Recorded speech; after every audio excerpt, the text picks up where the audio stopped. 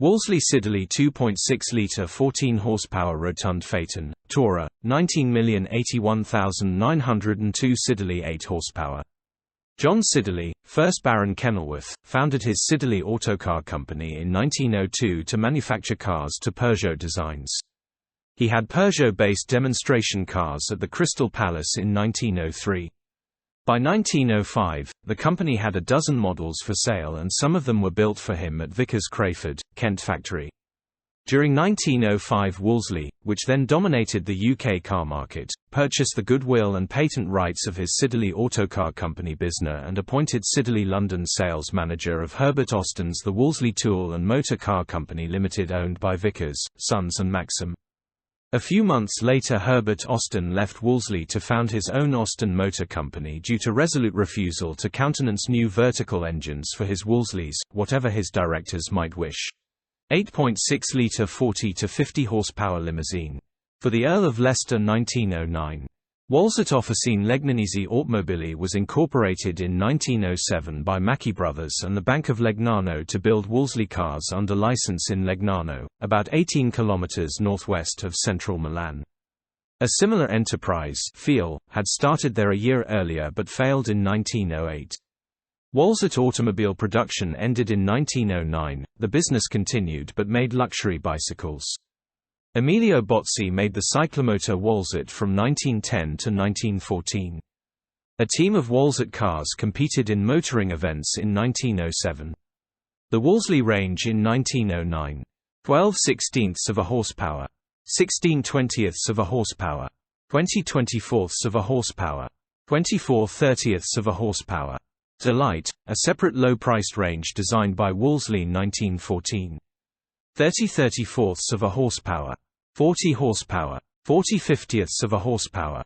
60 horsepower. After 1911 the name on the cars was again just Wolseley. Chetwynd's recommendations soon led to a revival in profits and a rapid expansion of Wolseley's business. The Adderley Park factory was greatly extended in 1912. These extensions were opened in 1914 but there was not sufficient space for the new Stellite model which was instead produced and marketed by another Vickers subsidiary. Austin handed in his resignation the year before his contract ended. And Siddeley was appointed manager of Wolseley in his place and, without authority, added Siddeley to the badge on the Wolseley cars. Siddeley, on his appointment to Austin's former position, promptly replaced Austin's horizontal engines with the now conventional upright engines. With him he brought his associate Lionel de Rothschild as a member of the Wolseley board. Together they gave the business a new lease of life. At the November 1905 Olympia Motor Show, the first at the former National Agricultural Hall, two small 6-horsepower and 8-horsepower cars were still exhibited with horizontal engines but there were also Siddeley's new 15, 18 and 32-horsepower cars with vertical engines. This switch to vertical engines brought Wolseley a great deal of publicity and their products soon lost their old-fashioned image. However, a tendency then arose for journalists to follow the company's full-page display advertising and drop the first word in Wolseley Siddeley, Siddeley Autocars made by, in smaller typeface, the Wolseley Tool. Certainly it was true the new engines were named Siddeley engines.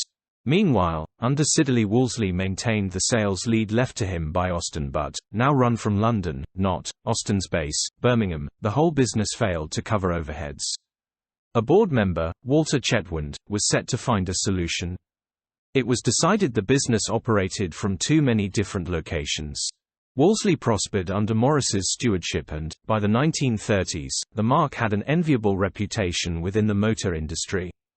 A range of independently designed new models, such as the Hornet, Viper and Wasp, was introduced over the next few years and, in 1935, Wolseley became a subsidiary of Morris Motors Limited. In these pre-war years, sales strengthened, production spiraled and it seemed that Wolseley could do no wrong. However, the days of independently designed models were numbered. By the late 1930s, new Wolseleys reaching the market were, in fact, Morris designs with revised front-end styling and more upmarket interiors and, following World War II, the rationalization would begin in earnest. By 1948, production of Wolseley cars had been moved to the Morris plant at Cowley, while Ward End was turned over to the production of Nuffield tractors and other agricultural machinery.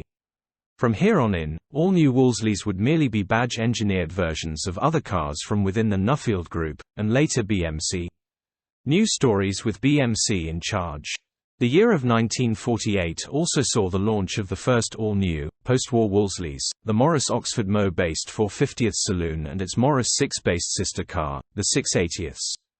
Although these cars carried imposing Wolseley-style bonnets and grilles, with the all-important illuminated badge, first seen in 1932, the more humble origins were all too apparent when viewed from the rear.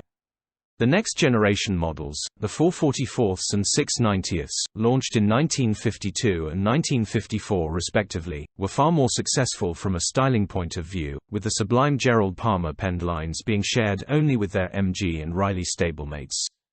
The 1960s saw the Wolseley and Riley brands enter new market territory, with the launch of the Mini-based Hornet and Elf twins in 1961. South Africa, meanwhile, did its own thing with the Wolseley 1000, which dispensed with the Hornet's extended boot. These two brands appeared on the BMC 1100 towards the end of 1965, quite a compliment to the little base car when you consider that these versions were introduced as replacements for the aforementioned Wolseley 1500 and Riley 1.5. The next new Wolseley to appear was the BMC 1800-based 1885s, in 1967.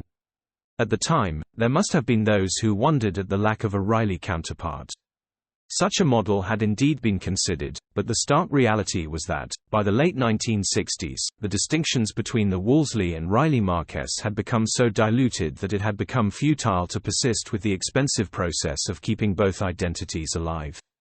The demise of Riley was finally announced in 1969, following the formation of BLMC. Quite why Wolseley won out over Riley in this particular battle is not entirely clear, but it may have been seen as standing more purely for upmarket Morris than the Riley brand, which had always added sporting overtones to the luxury message. BLMC may also have been influenced by the vocal Riley lobby, enthusiasts of the original marque who justifiably felt that it had been utterly demeaned in BMC's hands. However, Wolseley's somewhat Pyrrhic victory would be short-lived. By 1968, with the discontinuation of the 6 110ths Farina saloon, the range was without a six-cylinder model for the first time in decades, although this situation was remedied some 4 years later with the long-overdue introduction of the Landcrab-based Wolseley 6. By the middle of 1974, when Wolseley 1300 production had ended, the 6 had become the sole representative of the once proud Wolseley marque, and the end was nigh. When the last ever Wolseley model was launched in March 1975 as part of the adventurous, wedge-shaped 18-22 range, it seemed that the company had resigned itself to persisting with this single-model status for the marque, for there was, thankfully, no prospect of an Allegro-based Wolseley model to sit beneath it. In retrospect, this hardly seems a sustainable product policy, and so it must have seemed to Don Ryder, whose landmark report, British Leyland, the next decade coincided with the launch of the 18-22 and proved to be the final nail in Wolseley's coffin. Established in 1896, Wolseley was one of England's first carmakers, quickly garnering a reputation for building quality vehicles. Thanks for watching British Classic Cars. Classic Cars.